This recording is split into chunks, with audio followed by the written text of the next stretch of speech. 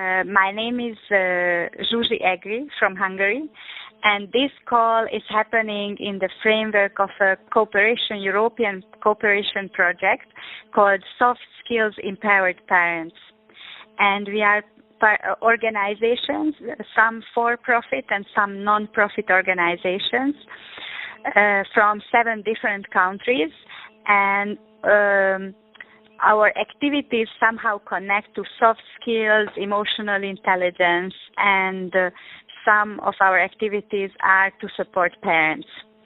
And the aim of this project is to put together our expertise in the field of either supporting parents or soft skills and see how we can help parents better with the expertise that is already available for many companies and schools, but sometimes do, but sometimes don't reach parents.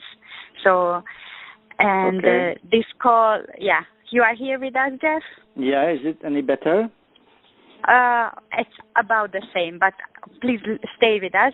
I already introduced the Soft Skills Empowered Parents Great, project. Thank you. I heard that. It's granted, it's founded by the European Commission's Lifelong Learning Program. And now I give you the floor, okay? And I will mute myself for now. Thank you, Zsuzsi. So, good evening, everyone. So, my name is Francois Abeloos. You can call me Jeff. That's how my friends call me. And I'm very glad to have about an hour with you on that theme of help for emotions for parents, soft skills for parents about emotion. And that will be using emotional intelligence skills, which are useful in any aspect of life, but we'll focus them on the parenting functions. So maybe introducing myself a little bit, maybe the most important information, I'm the father of 4 kids, now autonomous, from 20 to 26 years old. So I had some experience in parenting, and that helped me a lot, and that was a great learning, of course. Apart from that, I'm a coach supporting individuals or groups to reach goals, and that's both on the professional side and on the personal side. So that means also supporting people in their family issues, raising kids and stuff like that, and also training in all of those soft skills in many different areas, including personal development on many different aspects. So, before that I had another life in company and corporate world where I also learned many of those skills, often the hard way. And that's the good news when we get in trouble, whichever activity we have, including parenting. One of the messages in the emotional intelligence is to learn from it. So I'm going to try and share as much as I can from those experiences and knowledge with you. So when we start an activity in a group, like a conference like this, or any activity with family or kids, the first thing to define is a goal. Why we're here, what do we want from this? And here the goal is very simple, is in about an hour sharing some skills about the emotional intelligence applied to parenting, and have some time for questions and answers about that. So a precaution, it's impossible, of course, to have the whole thing covered in just 1 hour, but the goal is to give you a taste of it so that everyone can decide what you want to develop more and then maybe get more on it. I'll try to give some references about the subject as well. So going into the subject, maybe just introducing ourselves real quick before that. If you don't mind saying who's there, just your name and where you're calling from, so we just hear who's with us. So who wants to start?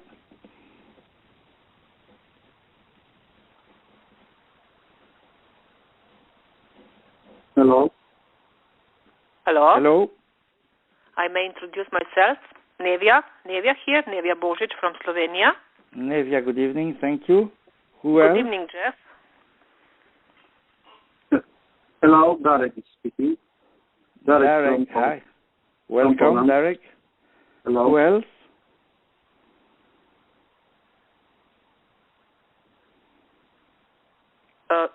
Jeff? Yes? Maybe you explain to all that if they want to participate, they have to press the star and then the number 6. Yes, so right. then they can talk.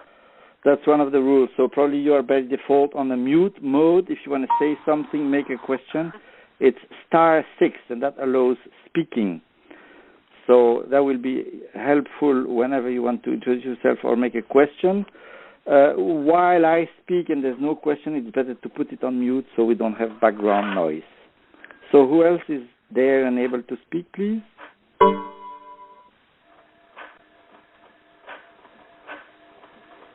Okay, someone else join. I know Juji is there too. So we'll start, okay? Welcome to anyone anyway. So talking about emotional intelligence for parents has to do with reaching goals as parents. Often we see our role as parents. First we give life, and then somehow we have a role in raising and educating kids. I hear someone. Who's there? Yes, hello. From Hungary. Hello, sorry? Hello, I'm from Hungary. Okay, welcome, thank you. If you want to put on mute, it's star 6, and then it's on mute so we don't have the background noise. So raising and educating kids is one of our tasks as parents. And of course, it's a broad-based task, and I want to first take a precaution saying the goals that we pursue when we educate kids are very different and embrace a whole range of goals, and it's a very subjective choice to choose what's important. So we're going to talk about many subjective things, and nothing of what I say is like an obligation or a must-do. It's really ideas and suggestions and tracks for whoever wants to use them, but there's many, many different ways to educate kids and reach goals with kids. So in our societies, when a baby is born, he's already equipped with many functions to live in life, but he's also very weak. It's one of the weakest newborn on the living beings on earth. Very dependent. So the first task of the parents is basically to care for their needs and make sure they survive. That's the beginning of the task.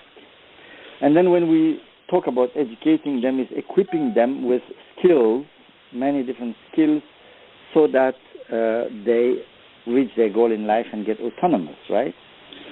And often this is done by teaching them first body functions like walking, talking, eating, many of the basic functions that help them use their capacities and talents and potential.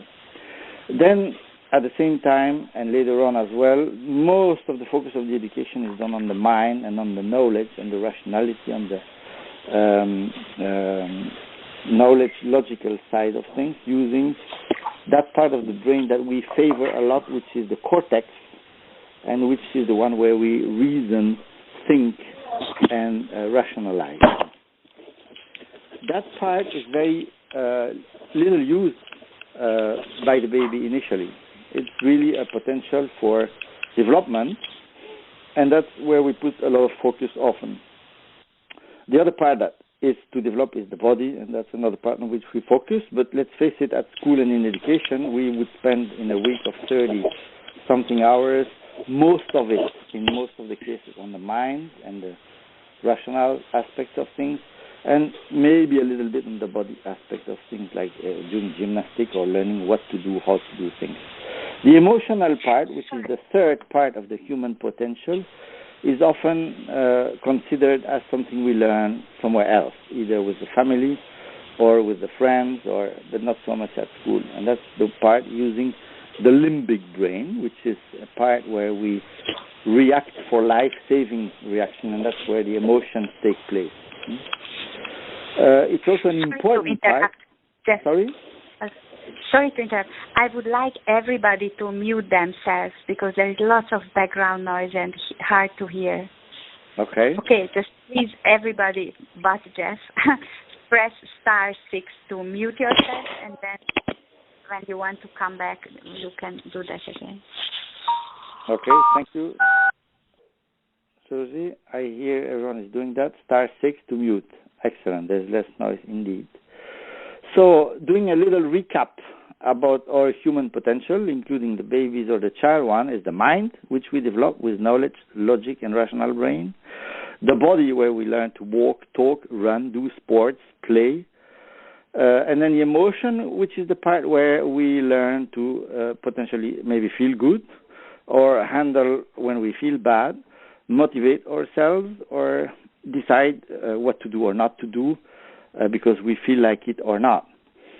This is the main focus of our talk today. So which skills do we need for that is the key question.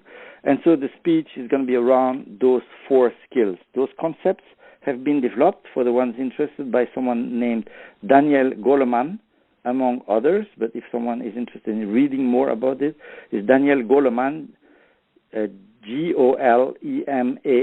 and there's a lot of literature about emotional intelligence under that name. But basically he says there's a lot of rationality in emotion, and so if we can develop skills using those knowledges and rationality to be more efficient in our relationship with ourselves and with others, there's chances we reach better goals in life. And the way to illustrate that is, I'm sure everyone knows people with a very high IQ, very smart people, but that have hard time interacting with themselves or with others. And others who have a lower IQ, less intelligence, and that behave in life with themselves and others in a more skillful way. And one of the hypotheses is that they use their emotional intelligence or emotional skills better. And so the question becomes, how can we get better in those emotional skills? And so they are organized in 4 different skills. The first one, and that is going to be the structure of the talk, is those 4 skills. The first skill is to identify emotions. So it starts with like the Socrates moment. Socrates, being that Greek philosopher, is saying, know yourself and you'll know the universe and the gods. So it's starting with identifying what's going on and what's going on with me and with the others around me. So as a parent, it's going to be what are my emotions and what are, for example, my child or my baby's emotions. So that's the first skill. Because then when we identify them, then we have what is needed for the second skill, which is understand what's going on. The first thing is to identify what's going on. The second one is to understand what's going on. And then we understand what's going on. There's a third skill necessary to handle emotions in a better way, is to express and let express the emotions. In our culture, we usually express little emotion. And of course, that is very cultural. Let's think about the Japanese. They are raised to express very little emotion. And other culture, like, for example, the Italian people are famous for expressing a lot of emotions in a very transparent way. So it has to do with culture as well. The expression of emotion, which is the third skill. And here the point will be, what is the adequate way to express it or let it express when we interact with children. And the fourth one would be how to manage, control, and even use those emotions. Once we understand how it goes, when we express and let express, and how can we use that, control that, or manage that, especially with kids who are usually triggering a lot of emotions for parents and who also are very transparent in their emotional reactions and very spontaneous. So, if we go through, maybe just checking if there's a question so far or if it's clear so far, the frame, the goal, and the structure of what I'm going to say. Identify, understand, express, let express, and manage, control, and use. Any questions so far? Good.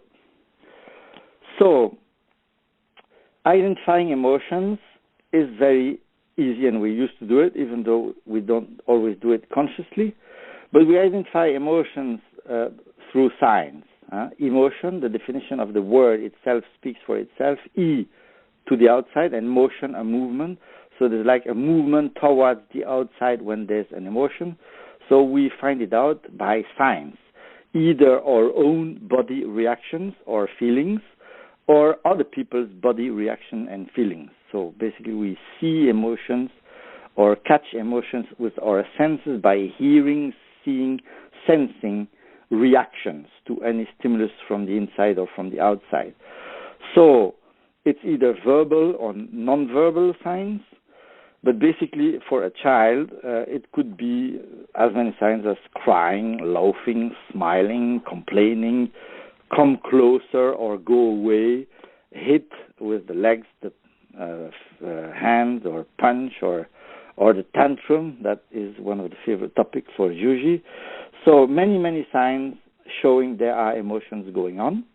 And of course there are emotions on the child side and also at the parent side. And on the parent side is when we get angry and start shouting, screaming, maybe getting nervous, maybe punishing, maybe on the other hand being nice and tender, saying soft things, showing signs of affection. There's many different ways to identify emotions with child and with parents.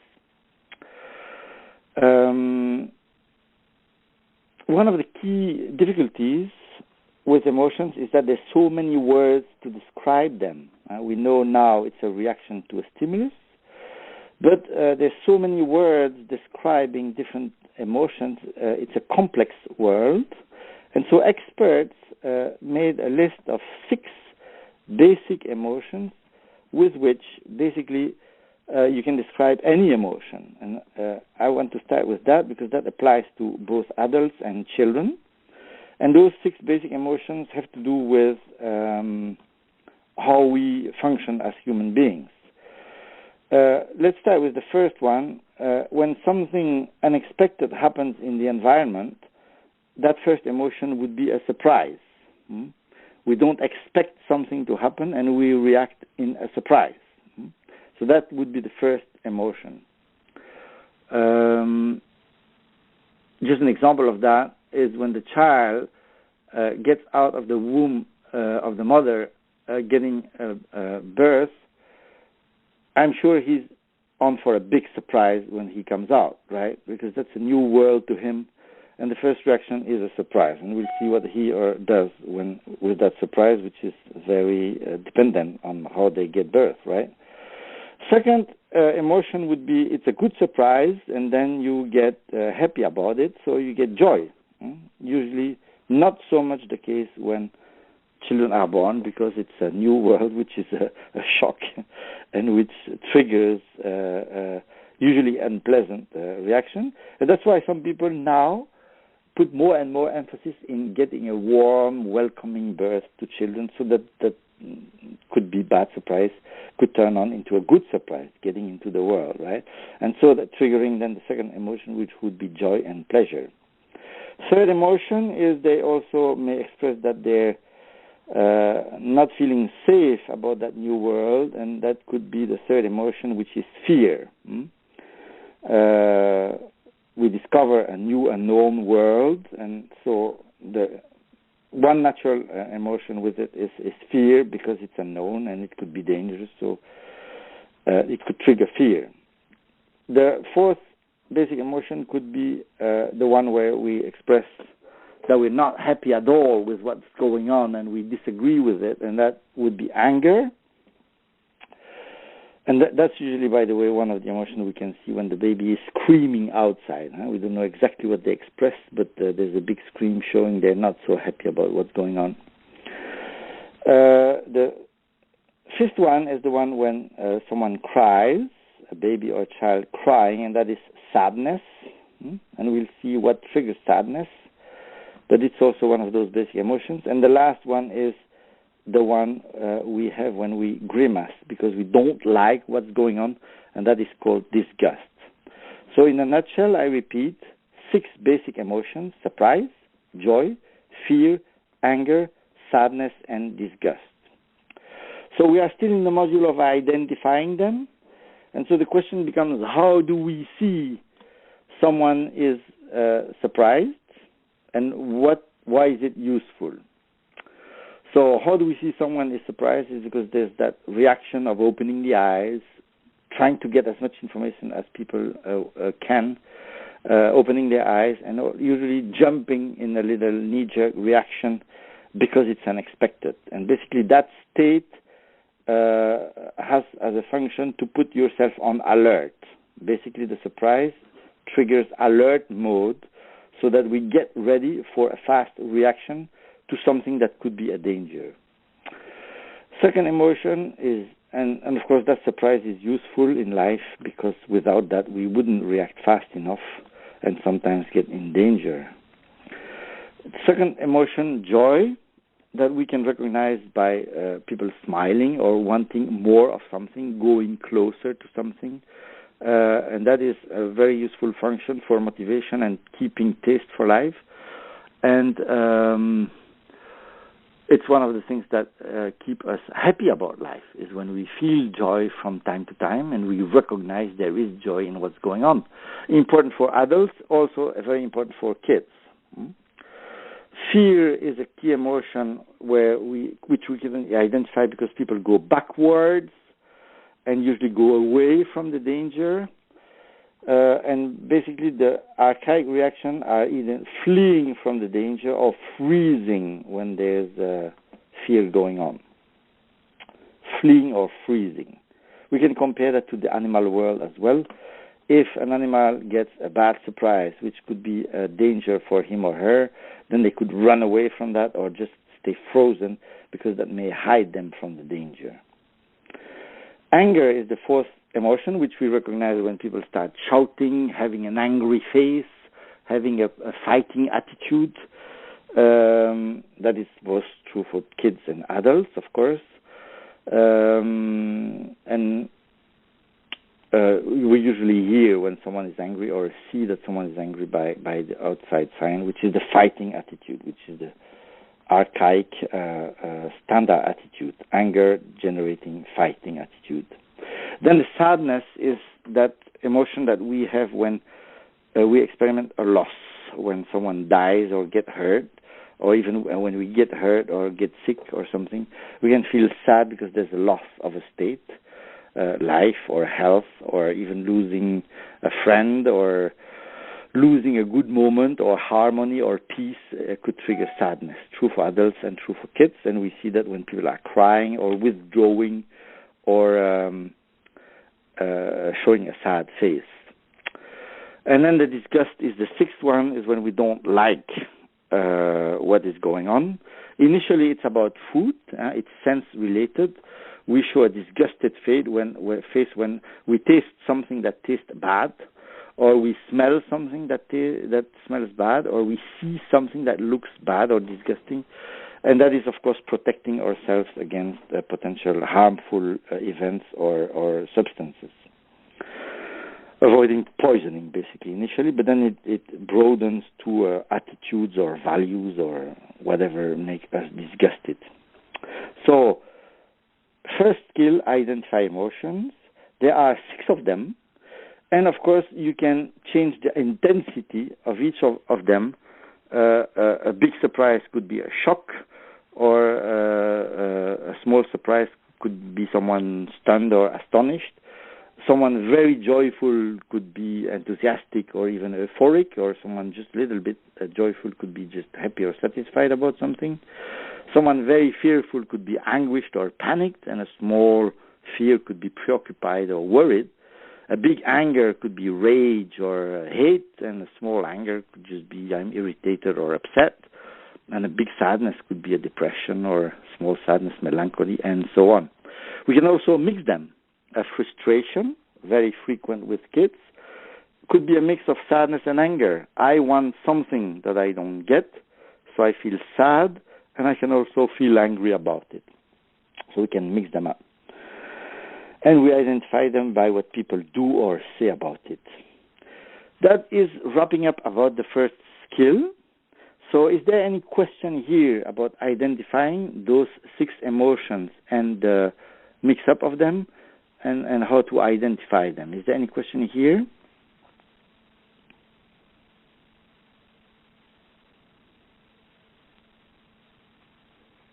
Okay, it looks like not, so I move on. The second skill is to understand those emotions. And to understand those emotions, there's really three elements to consider as part of the package of the emotional system. And the emotion is at the center of that system.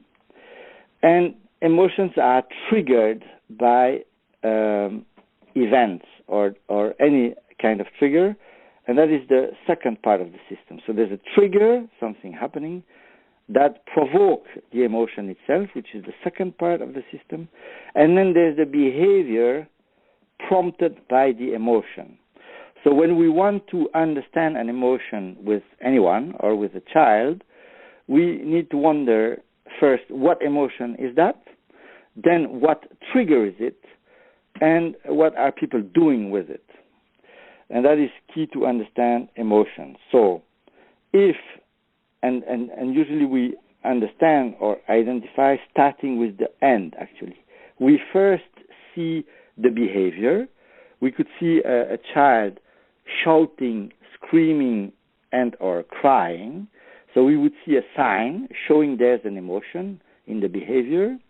We would then wonder what's going on here. Is the child angry or disgusted or whatever? And that one of the skills is the learning of the interpretation of those signs. So when the child does that, what does that mean? Is he or she angry or disgusted or sad? And we can also verify it. Once the child grows, they may learn, and that's a skill to express the emotion in a specific way. And then we could wonder then what is triggering that, what is triggering the emotion. And an important fact about emotions is that there's no remote control to change them.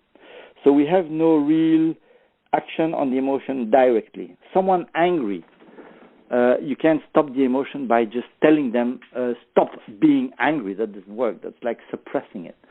Someone could behave like they're not angry and say, okay, I'm not angry, but they still are angry. They can change the behavior, not necessarily the emotion immediately. So it's an indirect action, and that's important for the next skills as parents, right? So we know from that one of the skills will be to recognize emotions are legitimate. It's okay to be angry about something. It's okay to be fearful about something. But then the question becomes, what do we do that is smart about it? And that is true for us as parents. And it's also true for the kids with whom we can teach them or invite them different behaviors with given emotion. And that's part of the skills. We can act on the behavior and also act on the trigger. Maybe if something makes them worried, maybe we can reassure them by changing the perception or changing what's going on. If something makes them angry, maybe we can change what makes them angry or their perception about what makes them angry. So that is about understanding emotions. And this is an important moment, and it's difficult on the phone only, so I ask your full attention about it, and some may take notes or maybe re-listen to the conference afterwards. But there's like a frame giving generic triggers for all the emotions and a generic behavior for all the emotions. So if we go through them in the same order as we've seen, what triggers the surprise, the generic trigger of the surprise, is any unexpected event. And the behavior when we are in a surprise, us or children, is that jumping kind of reaction. There's like a little jump in the whole body reaction when there's a surprise, good or bad. Then the second one being joy. What triggers joy, and that's the generic thing, is when we have a desire or a need satisfied. A desire or a need satisfied. So when a baby is hungry and start screaming and shouting about it, and we understand it's because they're hungry, if we give them food, usually their need is satisfied, and then they would stop just crying and showing anger or disgust about not getting food. So that is the trigger. When we get our desire or need satisfied. And what people do when they're joyful or satisfied is they express it by a facial expression, and or they ask for more, or they go closer. If it's joyful somewhere for some reason, we go there. So if there's good food, we go there. If there's good music, we go there. Same with kids. So joy is the key engine, the key energy for motivation as well. It's very important for parenting. Third emotion to understand is fear.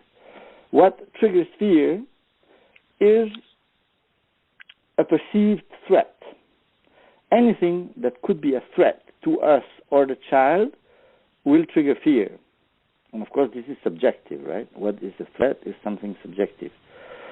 Of course, there are objective things, right? Getting burned, a fire is an objective threat to anyone. Jumping out of a window is a threat to anyone too. A tiger or a lion will be perceived as a threat for most people. But then a spider, some people will fear it, some not. Depends how we perceive it and how objectively dangerous the spider is. So perceived threat generates fears. And what we do then is either fleeing or freezing, which are the generic reaction. But of course, what we will develop in the emotional intelligence is alternative to those archaic reactions. For example, handling the fear in a different way. Doing with the fear as opposed to going away, for example. Fourth emotion is the anger, which is triggered by, and it's the opposite of joy, a need that is denied. If a child is hungry and asks for food and you say, no, I won't give you food, it will probably generate some anger, unless they understand it's only temporary or there's a sense in it. But if the need is denied without sense, then people will get angry about it.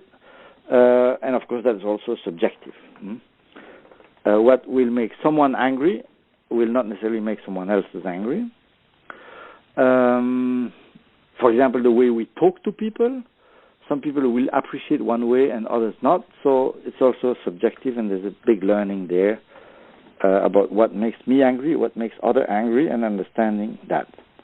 And what people do when they're angry, they have that fighting attitude because they want that need denied to be respected. And so they will basically fight for it one way or the other. And that's why usually we don't like anger in adults and children, because it gives a fighting attitude. And here the message is, of course, and that's anticipating on the how to manage emotion, is how could we get our needs satisfied without necessarily a violent fight, which is usually one of the big challenges for parents educating kids when they have a violent behavior. Next one would be sadness, and the trigger for sadness is the loss. When we lose someone, something that has value to us, then we feel sad about it. And the behavior for it is either crying or showing sadness, and basically having a withdrawing attitude. We protect ourselves in a cocoon mode when we're sad. That's the behavior associated with it.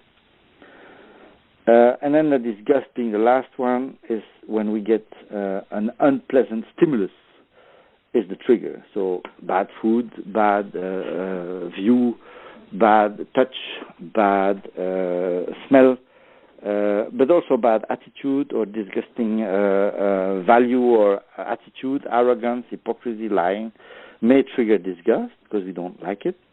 And then what people do, they avoid. The archaic instinctive reaction when something is disgusting, we avoid it. So this is an important frame and summary about understanding emotion in general and for children. Any question here? I would have a question, but I forgot it. Okay. There was something you mentioned about at the beginning of all this, but I lost track, that you may remove the trigger, or you may act, yeah. Yeah, or you may kind of help the child or the other person change their perception of it. Would you say an example of this? And that seems like a very sophisticated skill to me. Yeah, sure. Thank you for the question. And we'll come back to that one also when we talk about handling it. But yeah, basically, if, for example, one of the triggers for getting angry is the perception of injustice, unfairness. And you probably all heard some kind saying, oh no, but this is not fair, this is unjust. And then they may get either sad about it or disgusted about it, but also angry about it. Usually unfairness and injustice is one of the main triggers for anger in both children and adults. And as we all know, that notion of what is fair and just is also sometimes subjective, right? For example, kids, siblings will say, oh, he or she got that and I did not get it, so that's unfair. And so we could either change what's going on by giving her or him the same thing, and then we change the reality of what's going on, or we could say, okay, he or she got that, but it's not unfair because he or she needed it and you did not, or you got something else, or whatever. Or relativize the notion of what's fair or unfair. That's what I was meaning by saying changing the perception. Mm-hmm. Same thing if they fear a dog or an animal, we could say, oh, that dog could be dangerous, and then you're right to fear it, but that one, I know him or her, and it's safe. That's a safe animal, or that's a safe person, so you should not fear it because I know it, and that could change their perception. Does that answer the question? Yeah, thank you. Okay, you're very welcome. Thank you for the question. And so, moving on then, if there's no other question there, on expressing emotions in an appropriate way. That's a very important skill, because often we express very little. It's very rare when you say to someone, good morning, how are you, that people say, oh, I'm very joyful today, or I'm sad, or we share little of it. And kids are transparent, but part of the education make often the children withdraw from expressing or suppressing the expression because, for example, at school, it's viewed as a disturbance.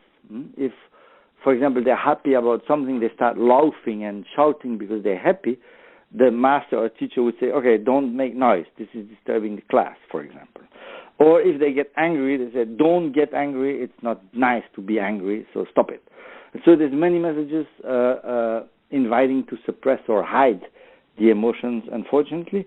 So that skill, the third one, about expressing is how could we then express it in a way that's appropriate and also teach and get the children skillful in expressing in an appropriate way. So for that, there's many different ways, and it's a very broad subject.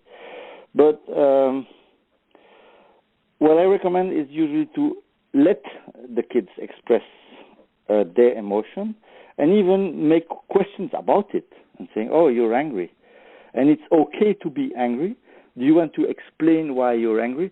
But also then putting limits. It's okay to be angry. It's okay to talk about it. But it's not okay to aggress me or insult me or shout at me. So having a frame where there are limits about what's appropriate, acceptable or not, and of course that is subjective, and also a frame where there's autonomy and freedom to express all of those emotions. That's the main message about expressing it. And of course, like many of the teaching, it goes with role modeling by the parents, who could use that a lot, and I will emphasize on that, to express their own emotions. I'm angry about it, or I don't like this, what you're doing, or I fear it when you don't take precaution when crossing the street, and it's because I love you. So expressing emotions will invite the children to also do it, and in that way they can learn that it's okay to have emotion, explain them and show them, but in a way that is framed somehow to avoid the potential downsides of it. Because also it makes sense that children learn not to shout and scream when they are in a group with someone talking, and that's it also makes sense.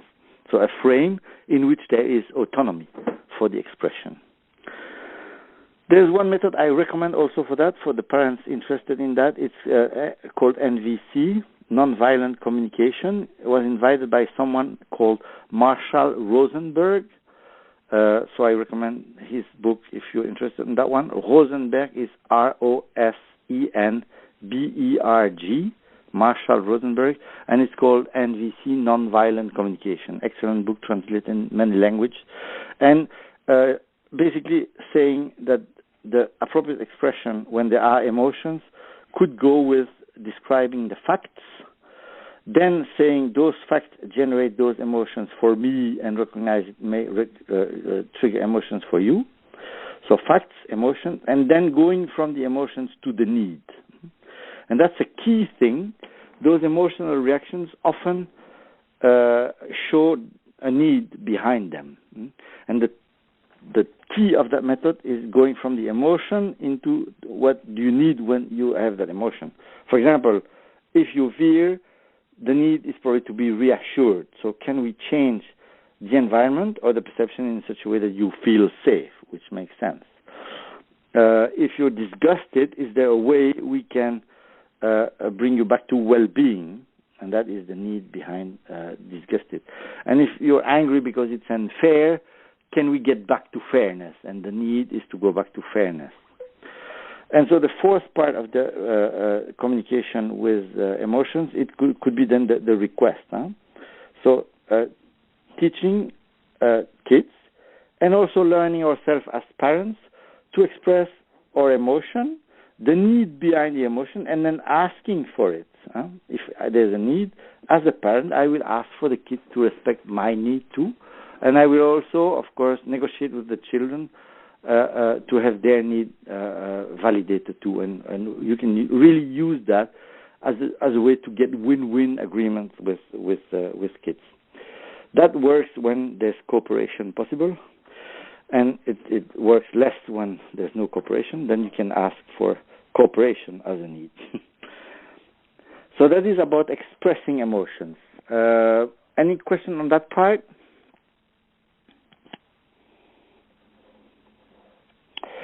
Then going to the fourth one, which is manage, use, and control emotions. And actually we anticipated already a lot when we were discussing the first three skills, because basically how do we manage, control, and use those emotions is how do we reach goals with them, right? How do we get to be happy, to be motivated, to handle our legitimate fears or angers? How do we manage all that, and how do we get the children to learn to manage it in an autonomous and appropriate way? So, as we mentioned, the first skill is to first identify, understand, and explain, and that we can help the children get those skills. And then the next question becomes then, what do we do with that anger? What do we do with that fear? What do we do with that joy? And of course, we can show as parents what we do with those emotions, find solutions, suggest solutions or options to the kids, and also help them get autonomous. If you're angry, what should you do about it? What could you do that will make you more satisfied? If you're fearful, what could you do to? And that's the fourth skill. I want to just give a summary about behaviors and attitudes to better handle emotions to illustrate that fourth skill. In like different tips or tricks about what to do to trigger more cooperation with kids. The first tip is to, instead of blaming or accusing or getting angry about something going on, the first skill or the first tip is to describe what you see or describe why it's a problem. For example, instead of saying you never do your homework properly and that will never change, you could say, I see you didn't do your homework yet, and just describing what's going on, and maybe even asking why it should be a problem, or inviting the kid to find out why it's a problem, what you see. That's the first tip. So just describing what's going on. For example, I see the door is open. I see your shoes on the ground. I see your socks in whatever, the fridge, and then asking what could we do about it? Is it a problem or not? So describing and asking. Then giving information. For example, if a child is jumping on the sofa or on the bed and you think it may damage it, instead of saying don't jump on it, you could say the sofa is to sit or the bed is to sleep. And you could have a gym carpet and you can jump on it and showing that, oh, that carpet is for jumping. So showing, giving information, the bed for sleeping, the sofa for sitting, and the gym mat to jump and gym, for example. Third tip is also be short. Kids like short messages. For example, if you make a long speech about what could happen if they forget their pen to go to school or blah, blah, blah, blah, blah, blah, then they lose attention. If you say your pen, the door, the dog, the plate, the shoes, then they get the message. So make it simple. Keep it simple and straight. Talking about your own emotions, when you do that, it makes me angry, or it makes me worried, or it makes me sad. And if they say, I don't care about how you feel about it, you say, well, I don't care about how I feel, and I care about how you feel. And I would expect that in this family or in this place, people would respect other people's feelings. And so that could be like kind of a rule, speaking about feelings and respecting feelings. And then the last one is put notes. Those rules that we spoke about, the frame that kids need to get autonomy in a frame, put them on notes, post it everywhere it's needed. Like, for example, to put the toys back into the box when finished, or not leaving hairs in the lavabo and cleaning their shoes, or put messages everywhere so they know what to do, so you don't have to repeat it. And all those tips have as a purpose to have good feelings about that frame, do kind of a marketing of the frame that is useful and helpful even for them. That is basically what Super Nanny was doing, putting rules and a frame and explaining why it's there and the benefit for it. Voila, in a nutshell, there was 4 skills: identify emotion, understand emotion, express emotion, and then manage, control, use them, both for the kids and for us as parents. I would then now take a couple of questions, if any, for the remaining minutes.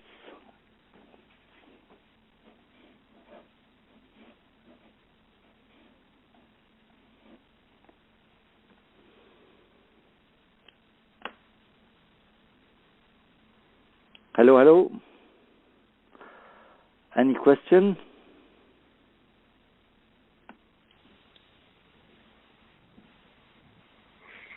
Hello. Yes. If nobody else, then I'll ask. Then, what would you say to parents about their own big emotions, like when you feel you are about to lose it, or when you have already lost it? What does emotional intelligence says about those moments? What would help you to come out of that emotional state? Excellent question. Thank you, Julie. Yeah, we as parents have big emotions. Sometimes we lose control of our behavior, especially when they make us angry or desperate, or when we're tired, or many situations. So the first one is to recognize it's okay that we're not perfect and that we sometimes lose it. Because if we struggle against it too much, then we give more strength to it. So just first skill, recognize it's there, and then also accepting it's okay to have that feeling, even when it's touching some limits for ourselves. Second one is also go for the need behind it. Sometimes it's getting some fresh air or some time. And when we lose it and we, for example, on the verge of screaming and shouting, we could say, I'm now so exhausted and touching a limit that I wish or I feel I will scream and shout. I will not do it. I need some time. And then the parent can also take some time off and care for the need. Those are ideas. So going for the need and caring for their own needs. Does that answer the question? Yes. Yes. Of course, it's a broad subject. Now, there's many different ways. But the two things that come to my mind is accept it's okay, and then checking what do I need, and then going for that. And sometimes also explaining to the kids, so that they see they are touching a limit in a visible way. And also telling them, I'm shouting, and it's okay to shout because I'm very angry now. And it may happen. sometimes it's the only way they understand, right? And so they see we are human and learn to accept their humanity by seeing our humanity and our own limits without too much judgment on it. Huh? But great question, thank you. Any other?